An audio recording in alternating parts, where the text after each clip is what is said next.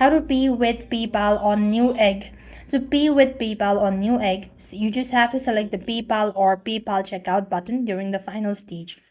What you need is open the Newegg app onto your device. Now you just want to make sure to add items to your cart, right? You just have to do the basic step, but as a payment method, instead of your debit card or your credit card, you could go with PayPal. So let's see, I'm just gonna go ahead and add item to my cart. I'm just gonna select a random product for now and add it to my cart.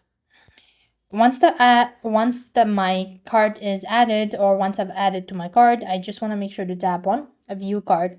There you have PayPal checkout. As you would see, you have a bottom. You just want to make sure to check that out, and this is basically how you're supposed to pay with PayPal.